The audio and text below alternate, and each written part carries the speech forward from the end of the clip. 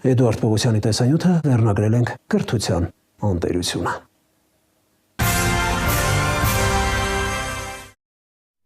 Դպրոցը ղեկավարելու աթոռը չի գրավում մանկավարժներին, թափուր են ուսումնական հաստատությունների տնօրենների հաստիքները, կաբինետ հասնելը դժվար է, երկար։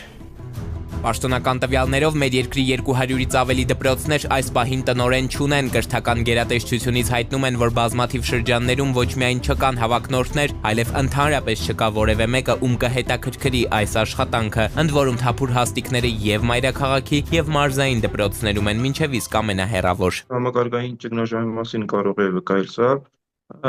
որովհետեւ 200-ից ավել դպրոց հաստատի չունի տնօրեն, դա նշանակում է, որ ինքնին ճգնաժամ է առաջացրել, դպրոցի տնօրենի ընտրությունը 5 տարի մեկ է տեղի ունենում, իսկ այն դպրոցները, որոնք անցել են նոր համակարգով տնօրեն ընտրում, եթե հաշվի առնենք տեսակարգաշոռը, այո։ Մանկավարժ Վանո Կարապետյանին հարցնում ենք, օրինակ անձամբ հայտ կներկայացնեք դպրոցի կառավարման ղեկը ձեր ձեռքն առնելու համար։ Ուսուցչի պատասխանը բացասական է, ասում է, եթե անգամ բավարար էր տնօրենի թեկնածուին ներկայացվող պահանջները, հիմա ուսումնական հաստատություն կառավարելու համար չէր դիմի։ Խնդիրները բազմազան են,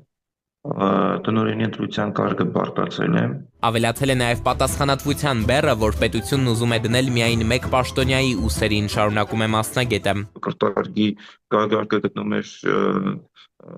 վերափոխումների տակ ու կարծում եմ դրա տակ մտնելը այդքան էլ ճիշտ որոշում չէ։ Մեր երկրում դպրոցի տնօրեն դառնալու համար հիմա նախ անհրաժեշտ է գրել զարգացման, ասել է թե նախընտրական ծրագիր, որը հենց այդ ուսումնական հաստատության համար անհրաժեշտ է համարում հայտ ներկայացնող թեկնածուն։ Ուրեմն մարդիկ դիմում են իրենց զարգացման ծրագրերով, որպեսզի մասնագիտական հանձնաժողովը ասի այո կամ ոչ։ Եվ պարզվում է, որ առավելագույնը էլի վերջի 3 տարվա ընթացքում 13%-ն է, որ կարողացել է հաղթահարել այս փուլը։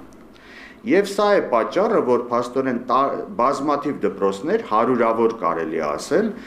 այս պահի դրությամբ տնօրեն չունի։ Վատ բան չի արտադրույթը զարգացման ծրագիրը եւ այլն։ Դեռ խնդիրը նա է, թե ովքեր են այդ զարգացման ծրագիրը նայում։ Հանձնաժողովը,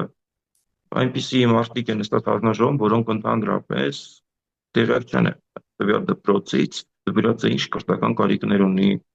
ինչպիսի շենքային հետատեխնիկական բազա ունի։ Կազմի մասին էական տեղեկություններ ոչ ինտերնետում, ոչ հրապարակային որևէ աղբյուրում ըստ էության դու չես գտնի։ Ինչպես նաև այդ հանձնաժողովների արձանագրությունները չես կարողանում գտնել։ Պարզաբանումների համար դիմեցինք նաև կրթական գերատեսչությանը, սակայն կարճ արձագանք ստացանք, չեն մեկնաբանում։ Իսկ նախորդ տարի, ի դեպ, երբ Սուրանկյունը դարձյալ անդրադարձել էր թեմային, մեծ այդ զրույցում նախարարության հանրակրթության վարչության պետն ասել էր, թե թեկնածուն դիմում է, ուրեմն պետք է պատրաստ լինի այս աշխատանքին։ Երբ մարդը պատրաստվում է ղեկավարել որևէ, չգիտեմ, հաստատություն, այդ իր նախաձեռնությունն է, ու հետևաբար իր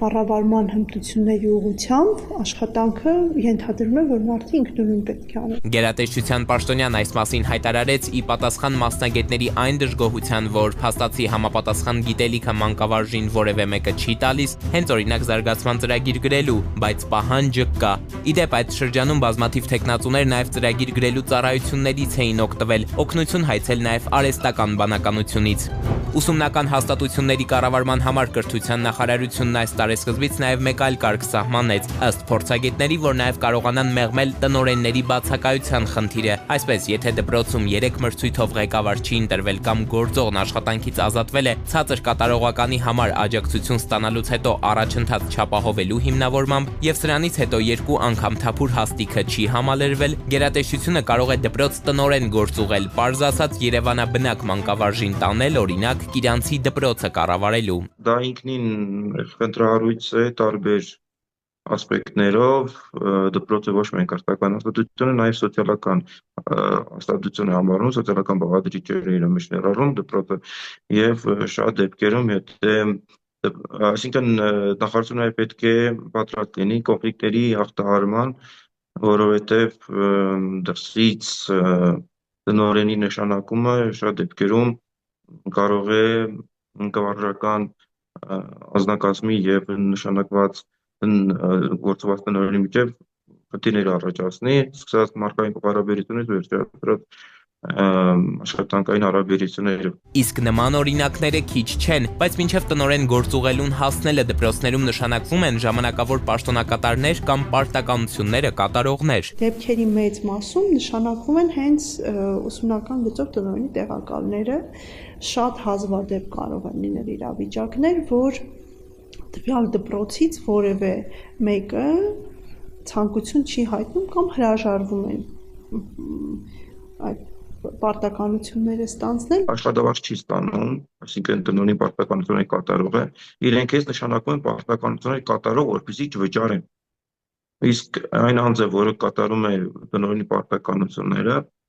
շատ դեպքերում ստիպված է կատարում, ծանրաբեռնված գրաֆիկով է այդ աշխատանքը կատարում, ու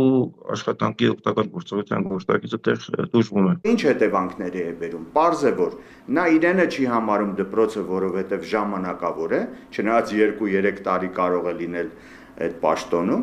եւ դպրոցը սպասողական վիճակում է, թե ով է դառնալու տնօրեն, որպեսզի համապատասխան ձևով բուրգը կառուցվի տնօրենի ներքո։ Ըստ փորձագետի սա ազդում է նաև կրթության որակի վրա, հետազոտություններն են հաստատում։ Այն դպրոցները, որտեղ տնօրեններ չկան, կամ ժամանակավոր պաշտոնակատարներ են, կամ ուղղակի թափուր տեղեր են։ Այդ դպրոցների ցուցանիշները էապես զիջում են մյուս դպրոցներին, որտեղ մշտապես եղել է տնօրեն եւ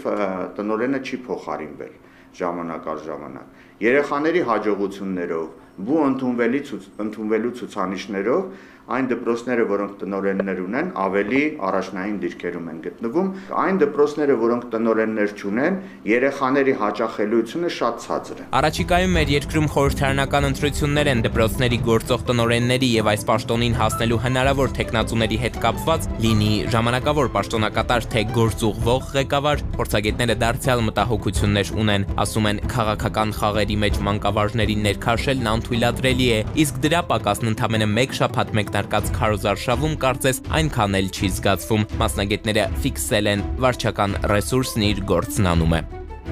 Էդուարդ Պողոսյան, Տիգրան Հունանյան, Սուրանգյուն։